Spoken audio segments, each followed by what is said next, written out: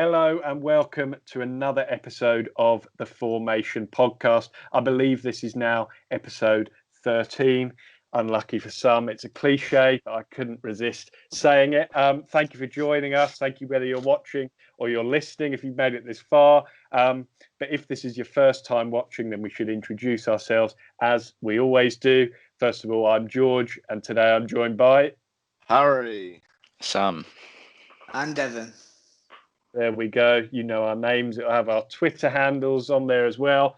Please follow us on there or follow the podcast account if you don't already at _Fourmation. And if you're on YouTube, please subscribe or like the video. We really do appreciate it as we try to grow. But this is a football podcast. We're going to talk about football, and there is a lot for us to discuss today.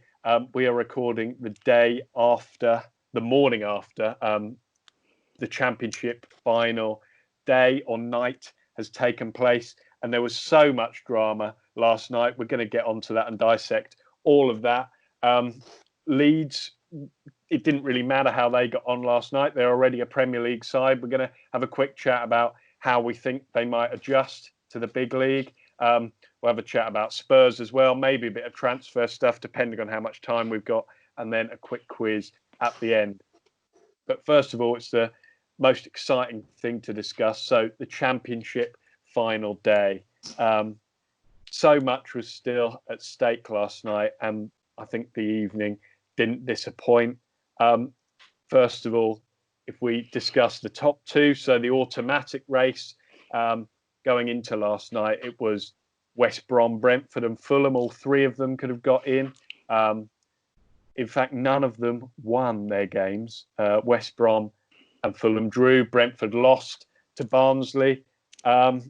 So West Brom going up, Devon, is it deserved?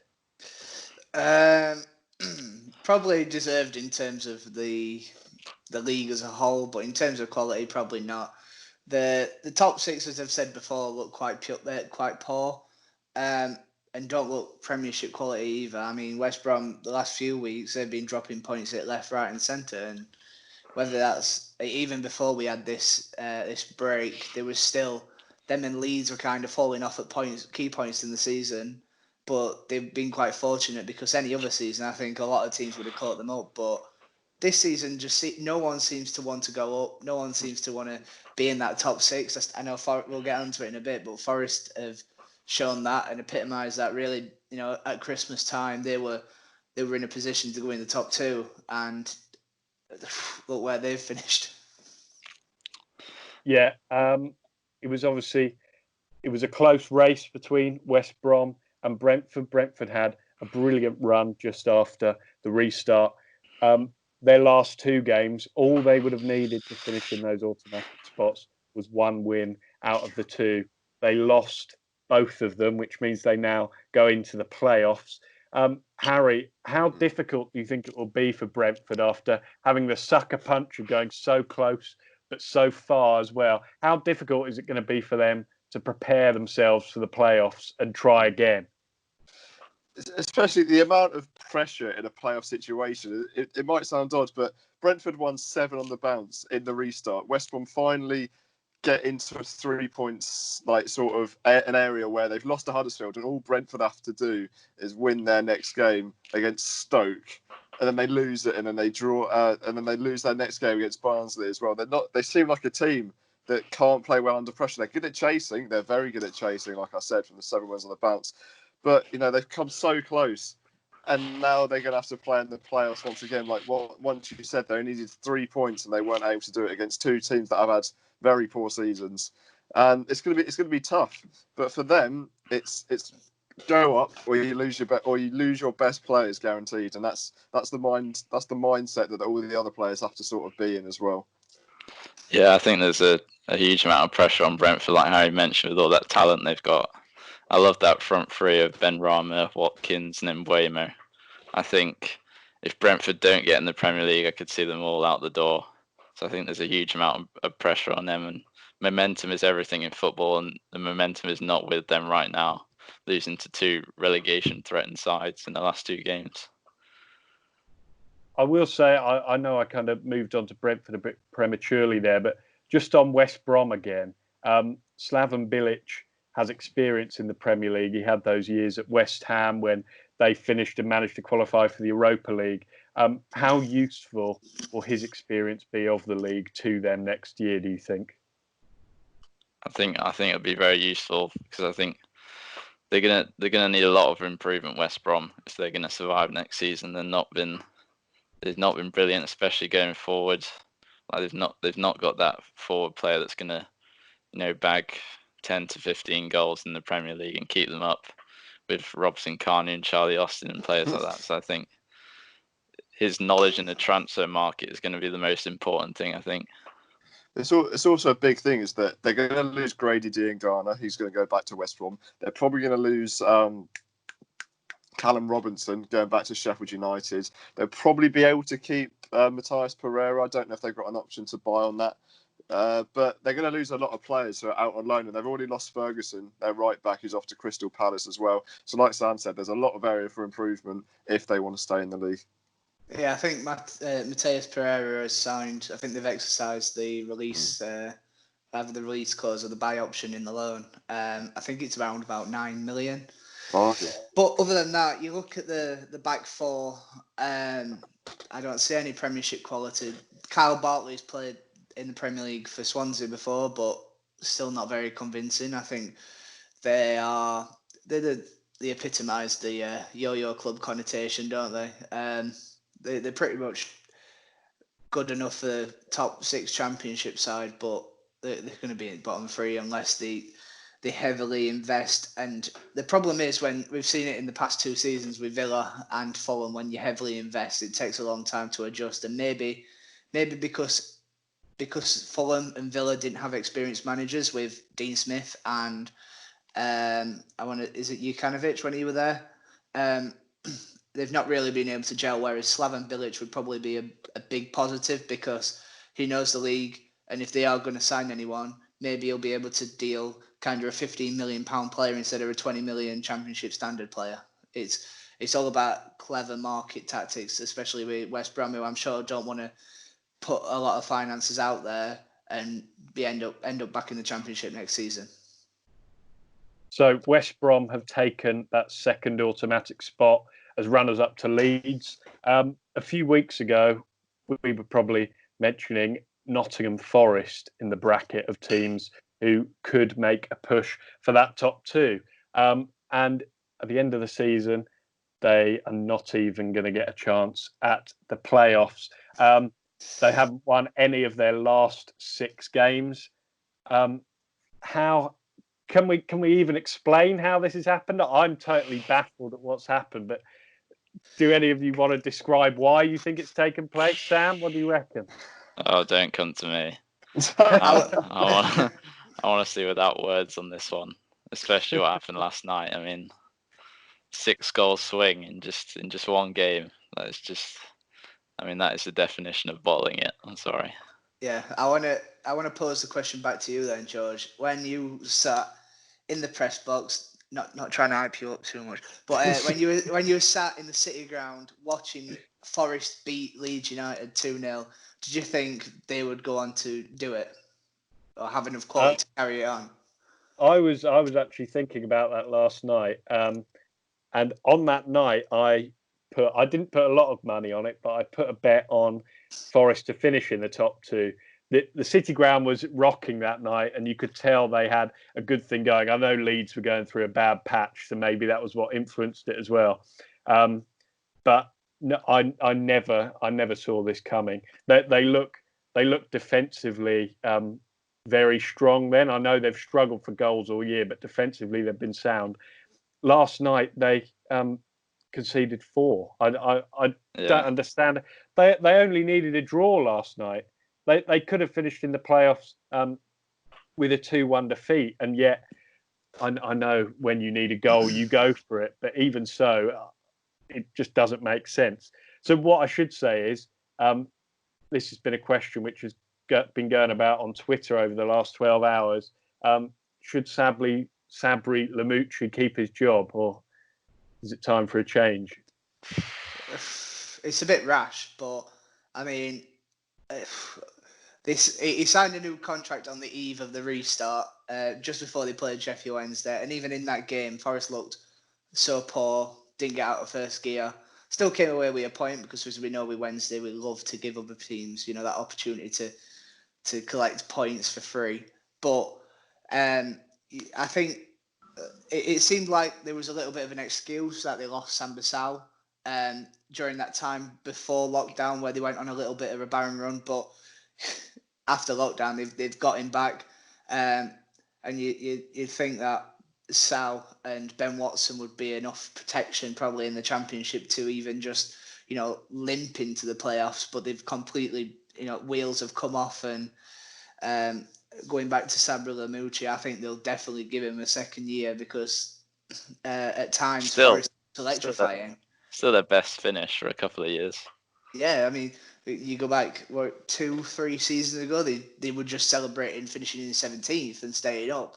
So the change around at the club has been a lot better. I think Forest fans are a lot more positive, and I think Lamouchi, given maybe this might spur on to spend a little bit more money, get a couple of more low-end Premier League players that are going to form that top two.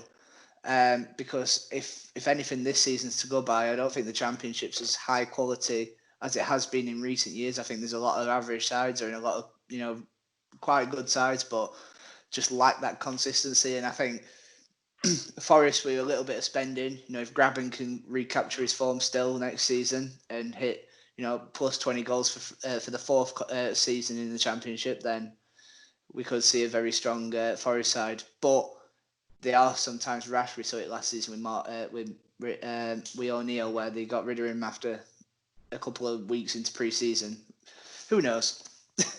Yeah, I think when you win just 4 games in 17, like Forest did, even though it was shocking that they didn't end up in the playoffs in the end, they probably didn't deserve it with the form that they've been in. Yeah, and quite easily. Go on, Dev. I'm going to say it's in terms of form, we've seen teams go on massive runs where they've not won. We've seen, it's cost Preston their place, it's cost Forest their place. It's not. But then you look on the flip side, Brentford have gone on a run and they've still not been able to get out of it. Derby went on a really good run and they've finished mid-table. So it's even I'm going to link it back to us again, but we went from 3rd to 15th with a bad run, and we've still not been really, apart from this points deduction, we've not looked shy of going down at all. And there's a lot of teams, even Wigan. We've looked at Wigan's run, and that's what's happened. It seems like the first 2 months of the season where the table was at has really kind of solidified where people are, because these recent runs have not really affected the table as much as it probably would do in recent years.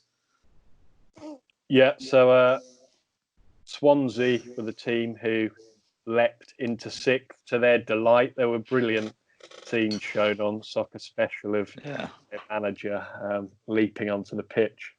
I felt really pleased for him, to be honest, because I know Swansea lost 2 key assets last summer and no one really expected a lot from them this year, but they've still got a chance of going up. So the playoffs will commence over the next week or two. The 2 ties, Brentford against Swansea, Fulham against Cardiff, so 2 South Wales teams in there. Who do you see going through to the playoff final, Harry? In the final, it's gonna be close. I think Brentford will nick it against Swansea. Brewster's been fantastic since he's joined 10 in 20, I believe. But I think Brentford's will, even though Swansea have been on a good run of form since the restart, and I think Fulham will get there as well. I'm going to be boring, and I'm going to say 3rd and 4th again. Swansea, it'd be really fun to see them back. But I think it'll be Brentford and Fulham for me. Devon, you were shaking your head when Harry said Brentford. I can't see anything back more in the than Swans. I can't see anything more than a Welsh final, because that would be good. Just because we know how momentum works, You see a lot of teams that finish third that have just missed out, or let's take it back to Brighton a couple of years ago. Again, Sheffield Wednesday, ramming it down. But when Middlesbrough pipped Brighton on that last day of the season to jump into second, I know it's a little bit different situation this time with Brentford and Fulham, but they still had that chance and they'll be disheartened because of it, and it'll knock their momentum and confidence a lot. I mean, even Brentford were going for it last night, but you didn't see any really clear-cut chances, to win it, and even Fulham were hanging on at the end against Wigan. Wigan gave it their all. But I think momentum does you a lot of favours sometimes, and Swansea are going to be absolutely buzzing. We saw like you've mentioned, the aforementioned brilliant scenes. That might just carry them through all the way to the final. And Cardiff as well, they've overcome, they beat Leeds, they've overcome Derby's pressure, and they've also the leapfrogged Preston. So I think the two momentum sides will be just enough. But looking at theirs, the only Premiership quality that I see in there is a little Ryan Brewster, because he looks fantastic. He has been very good, especially away from home as well. I think his away record is just fantastic. But I think it is quite a hard pick, to be fair, because like we said already, momentum does mean a lot. But I just think Brentford they got so much quality going forward with that front three and players like De Silva in midfield as well. So I would just pick them over Swansea. I'll probably go Fulham as well. I think Mitrovic will power through, top scorer of the season. Well, I think he's still joint top. No, so I think he's finished. Did Watkins overtake him? No, I think he did, but then Mitrovic scored, I think, 3 in 2 games, and I think he's won it with 26. I like Mitrovic a lot as a goal getter, so I think he'll power them through against Cardiff. We'll see a London final. And Fulham as well have got to be one of those clubs we spoke about, Brentford. If Fulham don't go up, someone might fancy taking Mitrovic. He might be expensive, but he'll definitely be one of those players. We've obviously mentioned it because a lot of the relegation threatened sides played against teams with still something to play for at the other end last night. But all 3 relegation spots were, of course, filled. The 3 teams heading for League One are Hull, Charlton and Wigan.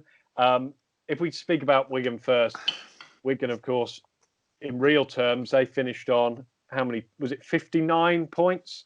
They've had a brilliant 2020, but as we've spoken about in previous weeks, they went into administration and they were awarded not awarded it. They were given their 12-point deduction last night. They definitely won't see it as an award.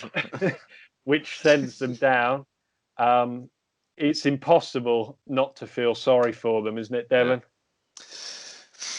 I mean, like we said, we gave a lot of gratitude to Paul Cook and how he's managed to get the cohesive side together and not just make him a force, but put some belief, especially into the supporters. And you've just got to think how even with no supporters in there, it's still managed to build confidence, belief, and they've almost got out of it. I mean, Fulham, like we said earlier, Fulham were hanging on at times, and if anyone watching Gillette Soccer Saturday, well, not Saturday, but the whole show, and you saw Rodak made 2 fantastic saves at the end, I think from Naismith and Kiefer Moore, and that you can't help but feel gutted for him, because no team deserves to go into administration. It's a horrible thing for fans to go through, and the situation, though it is very weird with the ownership, you still just ultimately it's the supporters that are the most affected and the players, and they'll be absolutely distraught. And will they win an appeal? I don't think so. I think because it's set in stone, and anyone that goes into administration, Bolton included, they're guaranteed to get 12 points deducted. Do you think the appeal? The appeal could the appeal at least delay it to next season, maybe. I with them actually coming out and saying yes, you are getting deducted 12 points at the end of the season. I think that they'll enforce it just because they've made it a set decision. Because can you think the controversy now, even though this is very controversial, but then for them to relegate Barnsley instead, they'll be kicking off. And I know Barnsley have been very vocal with Wednesday's points deduction because they want us to get that to save their skins anyway. Just concentrate on your own club. But yeah, I can't see them going back on the decision. We know how fickle the EFL are. Yeah, it's so harsh. I mean, their form has been like playoff promotion worthy almost with that clean sheet record. Obviously, it was like 11 in 12 or something, 6 straight at home. Obviously, they didn't keep one against Fulham, but still, the form they've been in. Obviously, Kiefer Moore with his goals as well. It's so harsh that they've gone down. And as you said, Devon, the beneficiaries of Wigan's deduction were Barnsley. They've put together a very good run since the restart. Them and Luton kind of looked adrift, didn't they? But focusing specifically on Barnsley, Harry, we saw them beat Middlesbrough in February. And I personally think on that day, you could see they looked like a side who had some fight in them and had a bit of quality too. So I'm not personally surprised that they've done it. Are you? No, they're a team that had life, like you said. They had belief, and there was a good sort of feeling around the ground that something could happen.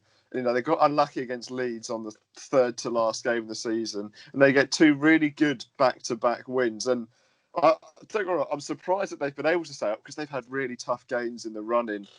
But you know, they've pulled through. They've got the wins where they needed to, and will they stay up next season? It's yet to be seen. But I'm glad that they're staying up because I think they deserve it. Before we move on, one word on Charlton. How do you think Lyle Taylor will be feeling after last night? I don't think he'll care. I think he's already shown his intentions. His eyes are firmly on his bank balance. I think there's going to obviously be a little bit of guilt, but he's decided his own thing for his career. And I don't think he could have helped that defeat last night. I mean, that was pretty convincing. Mm-hmm. Just that. I think even like in a couple of games where Charlton have looked all right and they picked up some decent wins, but I think the significant one was the Millwall loss when Jake Cooper stuck it in late, and I think because they did have a couple of chances in that first half, but if they could have got away with something like that, come away with something, then we could be seeing Barnsley crying instead of Charlton, which I'm a bit gutted for Lee Bowyer. I think he's done a very good job with them concerning upstairs as board with how terrible they are, and they had like three different owners this season. Yeah, that situation anyway, and then the on-field stuff, which has been difficult for them, and I think I think Bowyer would get a decent job in the Championship anyway if something came to it, so I wouldn't be too worried unless he starts scrapping with Kieran Dyer again. I mean, they were odds on to go down at the start of the season. It was just the way they started, obviously shooting up the table, that maybe they got a bit too high and started thinking, oh, what could we do this season? And now that they're back down there, they're saying, oh, it's been a terrible season, but results-wise, I don't think Bowyer could have done much more with the squad. I think they're being unlucky though. Like they had that spell in September where they were the top 2, and then they had 9 straight first-team injuries, and they just plummeted down the table. And they lost that Chelsea. Was it Gallagher to Swansea? Yeah, and that was a big loss. We've seen his impact as well, because when Swansea first got him in, I think they were mid-table and they were looking just like they were going to peter out and finish 12th, and then all of a sudden Coppell's got them straight back up there, and I think the Lyle Taylor thing was kind of the final nail in the coffin, and not just that, they had club legend Chris Solly who would have done an all right job, and I think they had one more, but is it David Davis from Birmingham? which could have all added to it, but it's all hearsay now, isn't it? We know the facts, and it's set in stone pretty much for Charlton until we get our points deduction. But okay, so we've had a good run through of everything that happened last night. I did say that we're going to have a chat about Leeds and what they could do next season. First of all, about something which happened at Leeds last night, which I thought was worth mentioning. Leeds put out a load of stuff on their social media before the game, telling their fans they must stay at home. No sign of any celebrations. Of course, there were a few. Well, not a few. I would say in probably a few thousand Leeds fans who decided to congregate outside the ground, and there ended up being a bus which the players got onto with the trophy. Leeds have claimed that this bus was used to get the fans to go away quicker or something. But I was looking on Twitter last night. Phil Hay, who is, of course, the Athletic writer, and Leeds fans love him, on his tweet, which had a video of the celebrations, there were dozens and dozens of Leeds fans who followed the advice and stayed at home and missed out on these celebrations. I just think, as fans, if I start with you, Harry, how would you feel if your club had, I know it's impossible because Southampton are an established Premier League club, but how would you feel if you were to miss out on that sort of celebration?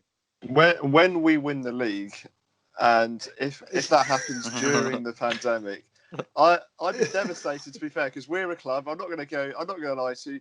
We don't win a lot of things. We really don't. When we got promoted from League One, we came second. When we got promoted from the Championship, we came second. And it's frustrating for the fans, but I'm sorry. I feel really bad for them, but you've got to stick to the guidance. Otherwise, you're going to get criticised. And yes, I would be devastated, but I'm pretty sure maybe it's different. Maybe I'd be different, but I think I'd stick to the rules. You just got to think that at one point you will be able to have a proper celebration about it. So just think about that. And if you don't go on the night, then you might get that day sooner. So you just got to think that way, I think. Yeah. We know what Leeds fans are like. We know how, shall we say, rebellious they can be. And for a moment we know how much this has been. It's been like a monkey on the back, hasn't it? This 16 years without Premier League football, and obviously in few, the whole bottling saga and everything, and it's just like a sign of a release, and it's a sign of relief. Yeah, it's just they got it. It's just like an outpour of emotion, and I can't. I mean, when we got promoted from League One, second, like Harry, you can't explain that moment, even though we finished second. But to win the league and go back into the Premier League, I won't be able to. I probably won't be able to know what that's like. But you want to go and celebrate, and I understand that. But still, like Harry said, you've got to stick to the guidance, because end of the day, can you imagine if there were a massive outbreak in Leeds? They probably will now, and there's going to be there might be even a local lockdown like we've seen in Leicester. But we don't want to get too political on this show, do we? Like, think about the first game for them in the Premier League with fans in the stadium. Imagine what that would be like. You just got to think, if we stay at home and follow the guidance, we will get that moment, first day of the Premier League, where we can really celebrate being in the Premier League for the first time in 16 years. Can you imagine the look on Sky's faces if the first game was Leeds United versus Manchester United at Ellen Road, where fans are allowed back? That'd be absolutely carnage. Yeah. I know there were 4 arrests last night. There's going to be triple that. Well, they say the fixture computer is totally random. That there's been several examples in the past that there's fiddling going on behind closed doors. Just contact UEFA with their warm balls, then they'll know. The original allocation is random, but then once the TV companies get their hands on them, move them about.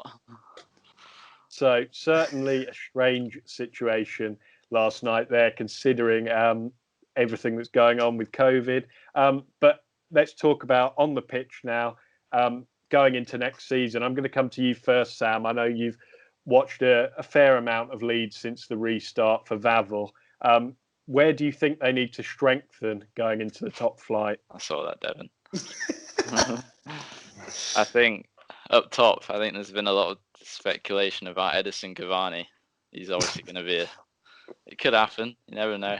Yeah, he's a free agent once obviously the Champions League wraps up, so before next season. And I think Patrick Bamford is decent, but his conversion rate is not. He works hard. He fits well in Bielsa's system. That's why he's played him so much since he's been at the club. But I think they need it's goals are just so important. I know it's the obvious thing to say, but you need that player that's going to get you 10, 15, 20 goals. And Cavani's just a serial goal scorer, obviously, with PSG, with Napoli. So if they do get someone like that, that would be huge for them. I think that's where they need to improve most, going up top. Obviously, as well with Ben White, I think they need to try and get him back, because that partnership that he's formed with Liam Cooper, they've just been so solid at the back. They've not really had to worry about that side, apart from maybe the goalkeeper spot with Kiko Casilla. Maybe they should look for someone else. Obviously, when they were on that bad patch, January, February time, he made a lot of mistakes during that run. So maybe they should look for an improvement there as well. Yeah, I think you look at Leeds' squad, but more importantly, you look at Bielsa's unorthodox tactics. And if you think back to the start of this season, with a certain Chris Wilder, with his unorthodox tactics, it worked. So there's a case for Leeds to kind of keep that spine the same, personnel same, and just change a couple of things and hopefully get, I think his style of play could work, because I don't think there's many teams that, though they line up in a 4-1-4-1, I think it's more like a 3-3-1-3, and just the way that they kind of intertwined in positions, and it's really attractive to play, and the high press works, and it worked with Sheffield United this year, and you see similarities. But the chairman's, fair play to him, he's come out and expressed his ambitions. They did mention Champions League, but Sky mentioned Champions League in the interview, and he went, well, yeah, maybe one day, but first let's have 2 or 3 years where we can compete, and that's where they need to draw the line of, do they go, right, do we spend loads of money and then end up back in the Championship, or do we do this wisely? And I think they're going to have to go down the wise route. The Cavani link is very strange, because there's no way that's going to happen. I don't think they're going to go from what Calvin Phillips on, probably about 18 to 25k a week, to Cavani coming in on 300. Because I think if Newcastle take over, are we all right to put that in title now? No, but if that takeover did happen, then Newcastle could go, right, okay, here's some money. Okay, fine. Cavani then. Even Cavani, I think his head would be turned by, maybe even a return to Naples, or anywhere else in Italy, maybe abroad, maybe even America or Qatar. There's a lot of money being bandied about for someone like Cavani, and he's in his latter stages. It depends if it's ambition or just final pay packet with him. We speak about Cavani, and I know that Leeds fans are very ambitious as they look to get to the heights that they were previously. Can you see them doing kind of a Wolves, Sheffield United, and start to challenge for Europe in their first season, or do they need to focus on solidifying their Premier League place first? Yeah, they like I've just ranted on. I think they need to make sure that they stay in there and ensure that they don't, because we've seen with Leeds they can self-destruct, and if they went back down to the Championship, it could be another few years before they challenge again. It's just like we said, it's wise spending, improve your first 11. I know the thing with Bielsa is that he likes it's similar to the Wolves model of a small squad, with a lot of youngsters coming through. Other than that, I think we'll see a couple of first team inclusions, but the squad will stay pretty much the same. I don't think there'll be huge changes, at least straight away. I think we've even seen that with the signings he made this season. Bielsa doesn't just throw the new signings in straight away. He wants them to get to the right fitness, learn the system how he wants them to before he even thinks about playing them. We saw that with Augustine. Obviously, he had injury problems, but he never got to that level of fitness that Bielsa wanted him to, and he didn't play. The same with Poveda. Obviously, he came in the last couple of games, but I don't think, especially at the back, they're like one or two pieces away from having a solid Premier League defence. I think if they get Ben White back, that partnership that he's formed with Cooper, who's got 1 or 2 more years in him at the top level, I think will be good enough to keep them up next season at least. Yeah, it's like players like Luke Ayling, they really shouldn't probably be Premiership quality. However, they're like, do you see it? There's not too much of a lack of quality between him and the likes of Joel Ward or George Baldock. And I think it's kind of how Bielsa's kind of revitalised him and made him useful tools, made him an important first team player. The only thing I think they'd have to look at left back, probably someone better than Barry Douglas or Alioski, because even Alioski's more of an attacking winger rather than a left back, and Berardi's a hothead anyway. I can see him getting in a fist fight with somebody in the Premier League, but that's what Leeds fans love, don't they? They love that kind of aggression and that creative side. So it'll be interesting to see who they bring in. I think one of the key positions is that, Calvin. I'm going to say Calvin. Every time I'm going to say Calvin Phillips, I say Calvin Harris. But when he's not a DJ in Ibiza, Calvin Phillips, I think he's going to be a kingpin and a real important part of their midfield. And we're going to see whether really the links to the England setup are going to flourish. The more important position is, like Sam said, the striking position, somebody that's going to be a bit more prolific.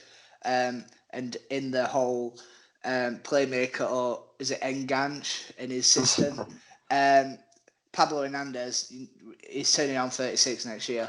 He is fantastic, though. It is fantastic, but he's no Houlihan.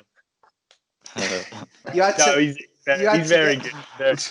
You had to get him in just in case we can't do episode 14 with you. No, but even though he's very good, we remember his last time with Swansea, and he didn't really pull up any trees as he was expected to.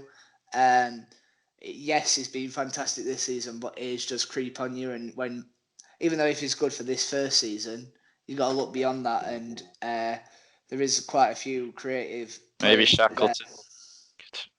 Shackleton could fill in there. Yeah, it's a good shout, I think. He's had a very good last 2 games, hasn't he? 2 goals, obviously, but I don't think we've seen enough of him to make that judgment. Even before that, he'd made a couple of appearances and not really set the world alight, whereas it's been like you said, when new faces pop up in the squad, it takes them Bielsa a long time to get build that trust and build that fitness. And like we said, Augustine's has he not made any appearances this year? Yeah, whether it's I don't injury. think he did actually. I think he played under 23s. But I think he got injured in his first 23s game. But like the likes of Poveda looks very good. And looks bright, but we've not seen him until these last few weeks. Even the likes of, I don't think Helder Costa's been as important until this last month or so, because I think it's took him a while to settle into Leeds. Other than that, the pretty much the starting 11 and then 2 or 3 subs have been consistently used in that period, and it'd be interesting to see if they did get 4 or 5 players in, how much that would shake up that starting 11 on that first game of the season. But yeah, we know Bielsa's rigorous training will get them into shape starting in the Premier League, and it'd be a shame to see Leeds come straight back down. As much as I hate to say that, being on this I side didn't expect this that side of from you. Yorkshire. Yeah. You want to see the original teams, you know. There's too many good games with them in the Premier League. There's a lot of games. Those are going to be cracking. That's why I think they'll be licking the lips at Villa staying up, and then I think all that Villa Leeds fans aren't safe yet. But... I know they'll hope that they're going to stay up then. We haven't even talked about the Watford situation. There's so much news to talk about that we can't get into this time. So, but you've got to look at they're going to relight a rivalry of Liverpool again. That Manchester United one's going to be a feisty game to say the least, and even they've had a few games against Arsenal where they've looked good, and they'll want to put them to bed as well. So it's going to be an interesting few. Oh, we've not even mentioned Leeds versus Sheffield United, even though I feel like the rivalry between Leeds and Wednesday is probably more stronger, but that might be because Sheffield United have either been in League One or in Premier League. So it just gives us a bit more motivation to get Wednesday back up there, doesn't it? Okay, if we move on now to a bit of a chat about Spurs. Over the last few weeks on the podcast, we've focused in on specific teams. Spurs is one of those that we haven't done much of, but we think it's worth doing it now because since the restart, they've been pretty impressive, I think it's safe to say. They've only lost once, and I think European football for next year is now secured, albeit in the Europa League. In their most recent win, they had just 29% of possession, 3 shots on target. But as long as you win, who cares if you don't dominate? Do you agree with that, Harry?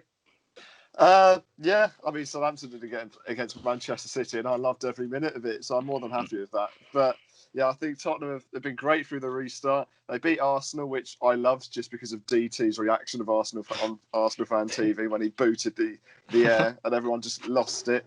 But yeah, it's been fantastic. Tottenham have been good since the restart. They had a bit of a shaky game against Bournemouth where they didn't have a shot on target, I don't believe, but they did get unlucky because they should have got a penalty.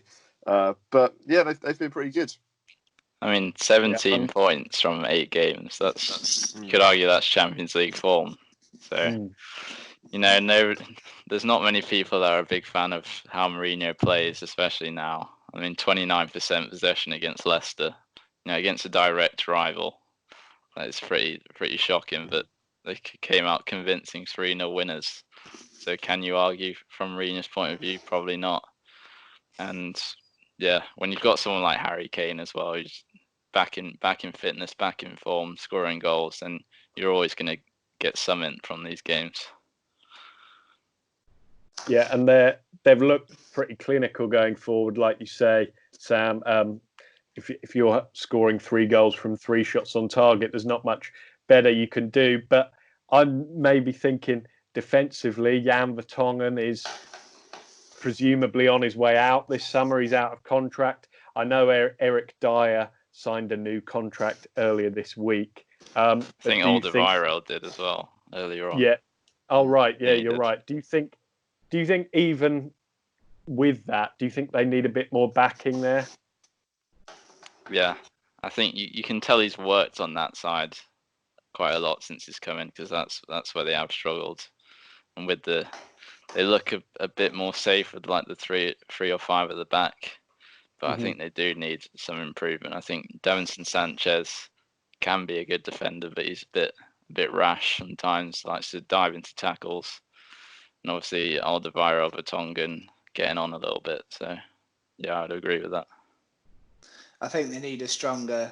They either need to shake Tanguy and Ndombele into a great player, because I think we've seen flashes of him that he could be. There's definitely a player in there, but I don't think Mourinho is the manager to get that out of him. I think Tottenham. Yeah, not much of a man motivator, is he? It's good to keep Tottenham in the top half of the league, but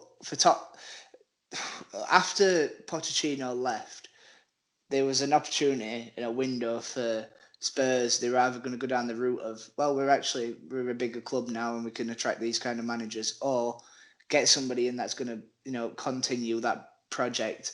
And they've gone down the other, the first route, because I'd prefer them to get someone like, is it Roger Smith, who used to be manager of Bayer Leverkusen. He brought through players like Kai Havertz, and who we might get onto in a little bit, but you wanted somebody a bit more progressive and who was going to really take Spurs into that, back to where they were under Pochettino. And I think they've kind of just seen the lights and the money in terms of people are going to pay to come and watch a Mourinho side rather than a Schmidt side, or not Marco Silva, but someone kind of younger and who's got a lot of years that he wants to give to Spurs. Whereas Mourinho, we could be looking in a few months' time and he'd be sacked and then they're back to square one, because I can't see him getting into top four with Mourinho. I can't see Mourinho staying more than a year.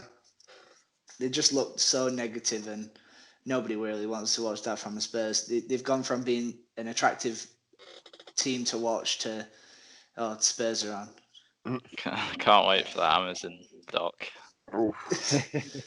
Have you seen? I think everyone's seen the clip where he's there. Yeah. He's got to be a bunch of. He's dishing them out. He's dishing out some strong words. In Workshop, it is the C bomb. But we'll keep this PG.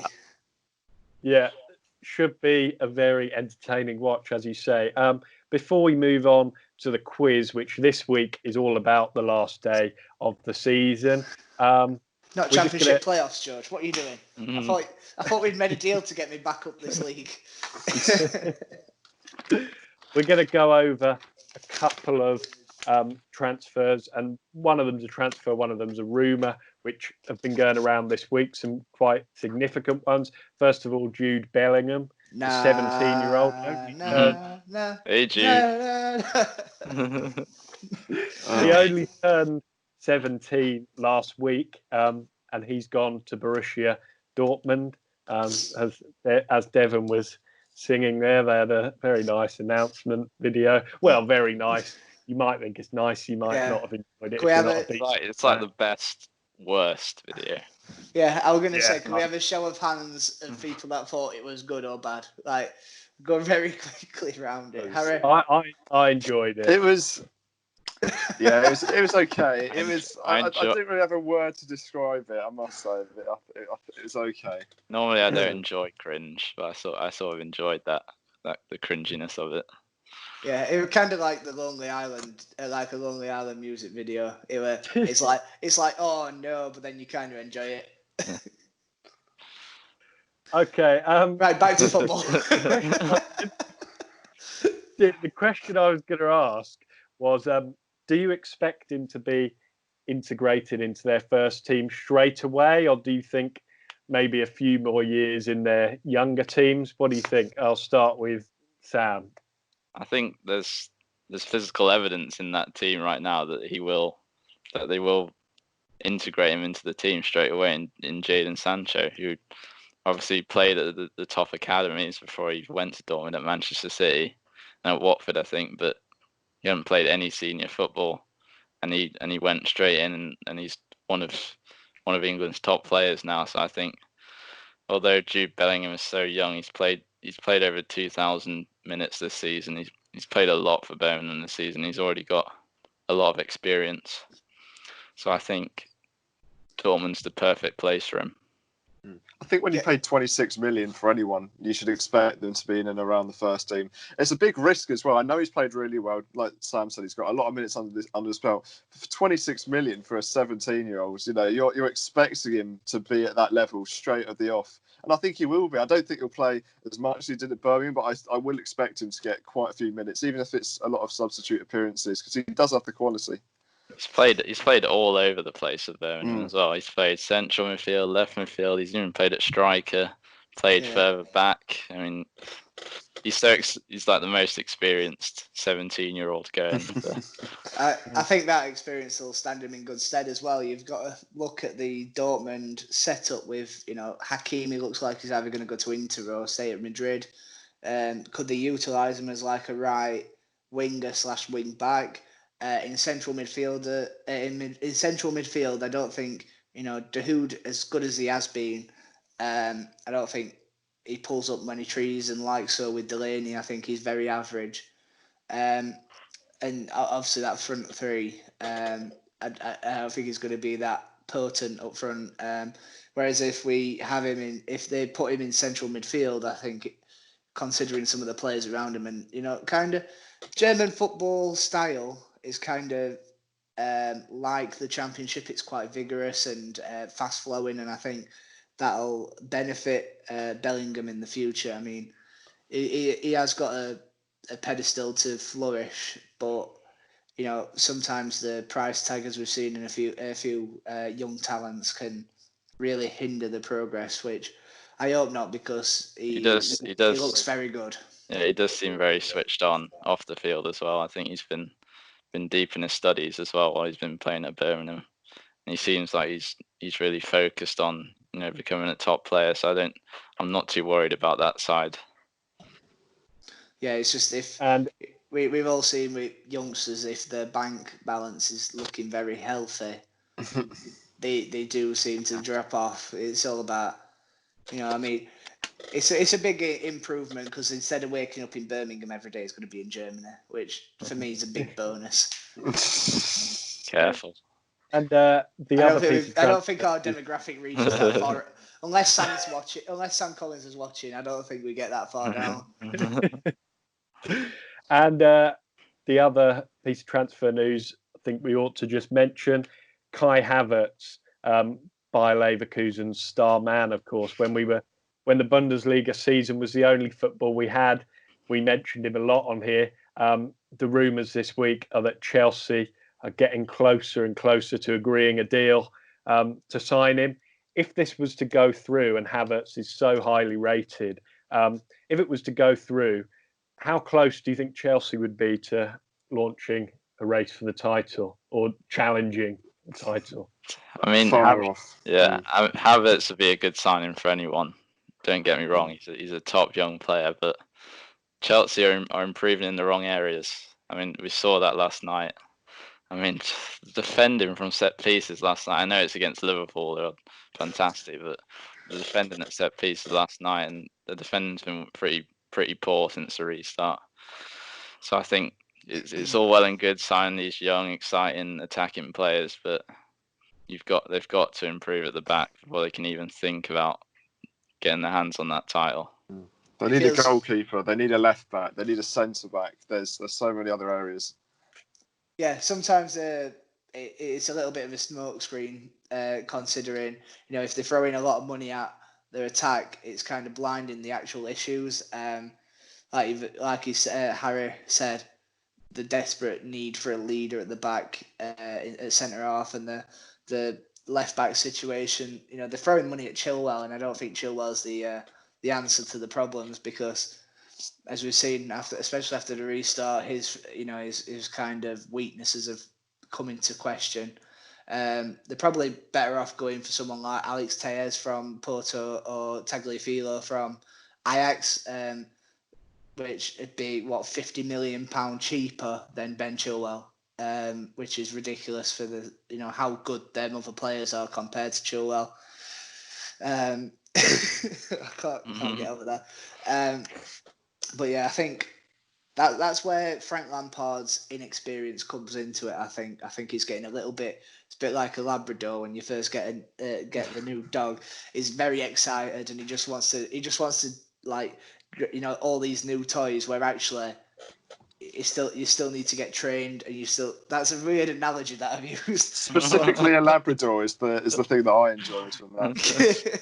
He's just all excited with these new things, where actually you've got the old, Should we carry on with the dog thing? You've got to chip him, you've got to train him, you've got to take him for what now. But they do need to focus on the areas where they're a problem, because they are one or two players away from being a very, very good side. Just stop overloading the attack with players and focus on the defence. Mm-hmm. It feels like Havertz is great, though. an awful. Yes. It feels like we've been through an awful lot in just under an hour. But as we are now approaching the hour mark, we don't want to bore you. Hopefully, there's probably only a few people who've made it to this stage. But if you have, thank you. So we're going to finish on the quiz as we always do. This is actually the 20th round of the quiz that we've done. If we include the ones we did on the radio show, as I said, it's on the last day of the season. So the history, previous last days. There are 5 questions, as always, so get your notepads ready. And here comes question number 1. Arguably the most famous final day in English football history was in May 2012. So the Aguero moment, you all know which one I mean. I thought you meant when Wednesday stayed up Man last City day against Middlesbrough. It's always that Wednesday, isn't it? Man City. Sorry. I didn't mean to knock everyone No, don't worry. Oh, Man City beat QPR 3-2 on that day to win the league. Look at him. But which 2 players scored for QPR in that match? Oh. 2 points available.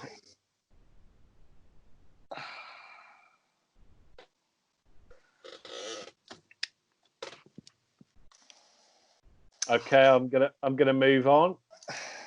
Question number 2. Who did Manchester United lose 2-0 to at Old Trafford on the final day of last season? So that's 18-19. George, George, what are you doing to me? What are you doing to me, George? George. All I'm going to say is don't watch the last bit with your eyes closed there.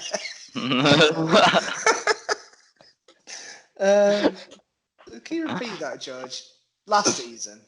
Yeah. Oh, my days. On the last day of 2018-19 season, Man United lost 2-0 at Old Trafford to which team? Okay, I'm going to move on. Question number 3. On the final day of the 2006 to 2007 season, Carlos Tevez scored the winning goal for West Ham. This was at Old Trafford too, to keep them in the Premier League. But which team were relegated on that day? Devin's smiling. So two teams had gone down prior to that last day, but there was one place remaining. So which team finished in 18th position and therefore went down?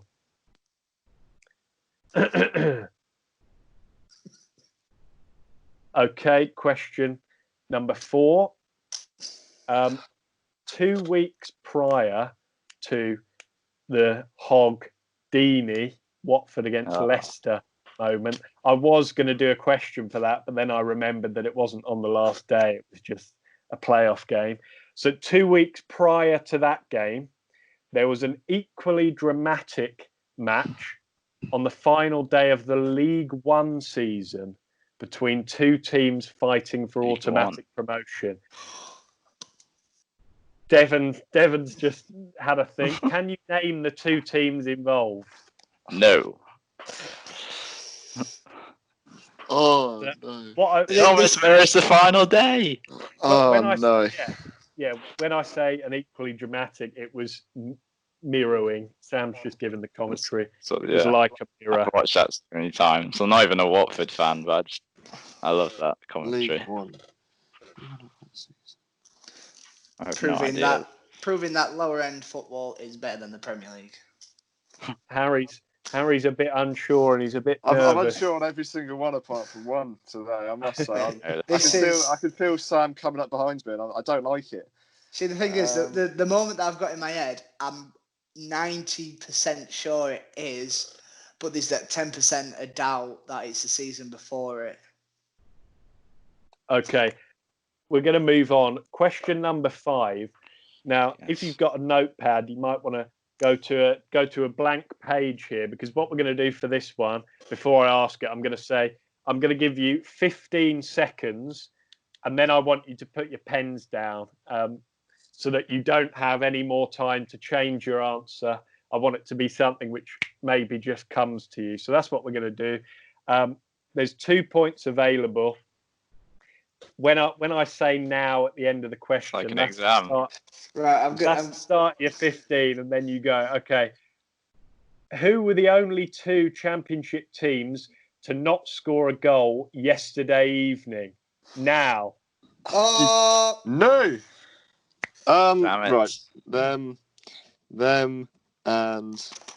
I know one. I don't know.